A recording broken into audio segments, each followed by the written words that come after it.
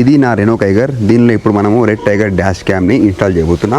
నేను మాక్సిమం ఇలాంటి డిఐవైస్ నేనే చేసుకుంటా కాబట్టి మెకానిక్ పైన డిపెండ్ కాకుండా మీకు చేసి చూపిస్తాను. ఇన్స్టాలేషన్ కావాల్సినవి ముందు బయట తీసుకున్న camera, USB mount, power cable, ఇంకా rear dash cam with cable. Camera fit చేసే ముందు ఒకసారి ఆన్ చేసుకొని ఏ యాంగిల్లో పెడుతున్నామా అనే డైరెక్షన్ చూసుకోవాలి. డ్రైవింగ్కి ఇబ్బంది కాకుండా ఉండే విధంగా జగह చూసుకొని, అదేవిధంగా మొత్తం యాంగిల్ కవర్ అవుతుందా లేదా కూడా చూసుకొని ఒక పొజిషన్లో యాంటీ స్టాటిక్ స్టిక్కర్ పెట్టుకొని ఇక్కడ మనం ఫిట్ చేసుకోవచ్చు.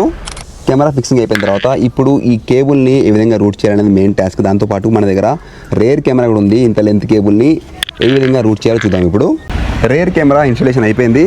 ఇప్పుడు నేను మీకు ఫుల్ డీటెయిల్గా చూపించేస్తాను.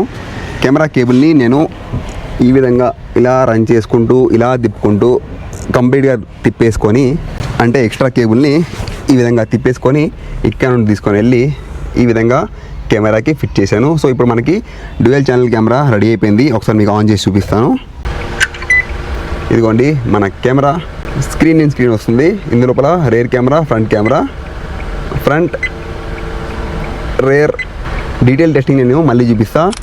ఈ red tiger F7N elite dash క్యామ్ది డీటెయిల్ వీడియో మన ఛానల్లో ఉంది. ఎలా ఇన్స్టాల్ చేసా అండ్ దీని ఇన్ఫర్మేషన్ మొత్తం అందులో ఇచ్చా. డెఫినెట్లీ మీరు కొనాలనుకుంటే ఆ వీడియోలు చెక్ చేయండి.